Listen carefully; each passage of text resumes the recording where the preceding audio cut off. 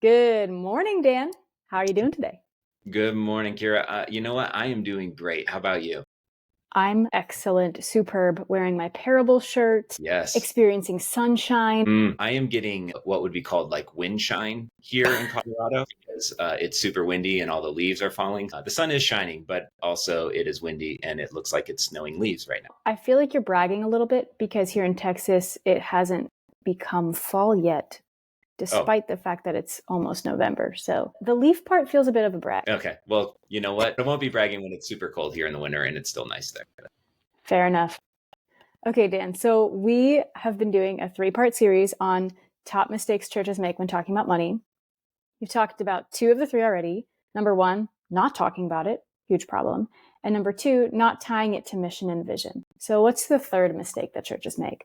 Yeah, and it's close to the second one. That's talking about mission and vision. This one though is just talking about the impact giving is tied to. Especially with younger generations, they really want to know that their giving is making an impact. So we've talked about how giving to the church has decreased. Giving across the board struggles, but what we also see is some people are choosing to give less to their church and more to other organizations that they feel greater impact. But Wow. sometimes that's not even true. They just don't know about the impact the church is having because it's not always known to the general people in the church. How can a pastor tie giving to impact or life change that maybe they're not thinking of right now?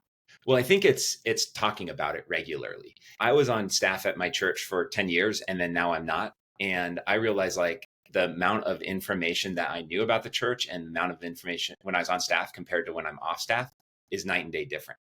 And Hmm. there's so many things that when I was on staff, I just assumed everyone knew because it was just coming up in conversations. I knew it was just common to me. But so many people in the church had no idea any of that was happening.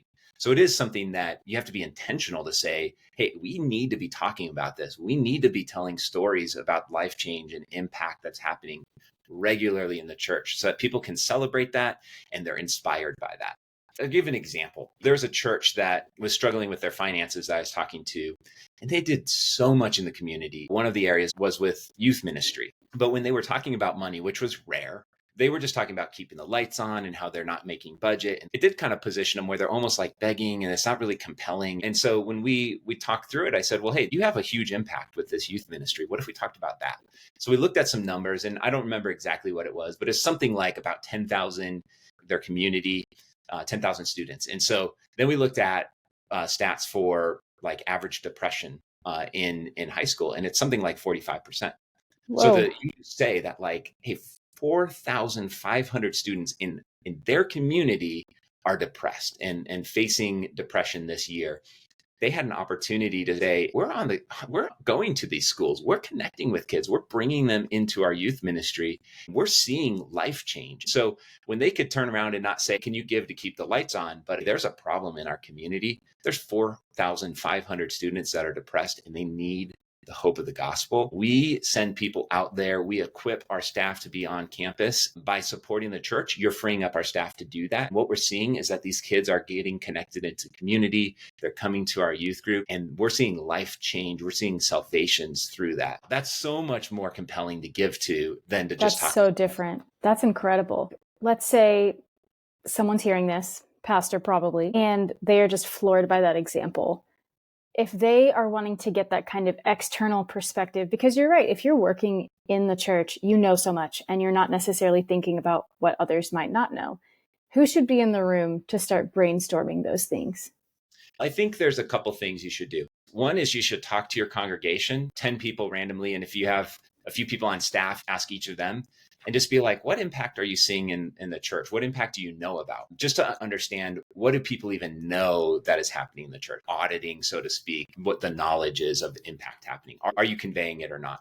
And then the other thing is just to encourage people to do that, to be asking your staff regularly, to be asking key leaders in the church, where are you seeing life change? Anytime you hear the start of a story or a little bit, when people would slack the next morning after youth ministry at our church and be like, hey, everyone, just a huge praise. 5 kids that we've been reaching out at school came to a youth group last night.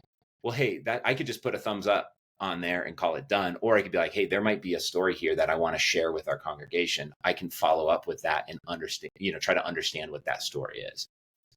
Yeah, that makes so much sense. Give it to me straight. What is one takeaway or action item every pastor needs to take from this episode? I would say find a compelling story of impact and life change that's happening at your church. It's not making anything up. Find something that is happening, that has happened there, and then figure out a way to share that with your congregation in a compelling way. You don't even need to tie it to giving. Just be telling these stories, and then just get into a regular rhythm of telling about impact and life change at your church, that the ministry that God has for you all there is having in your community. I love it. Dan, thanks so much. And I hope that after this, you go make a giant pile of leaves and jump in it. It's going to be a giant pile of leaves. Yes. Awesome. Well, we'll catch you next time. All right. Thanks, Kira.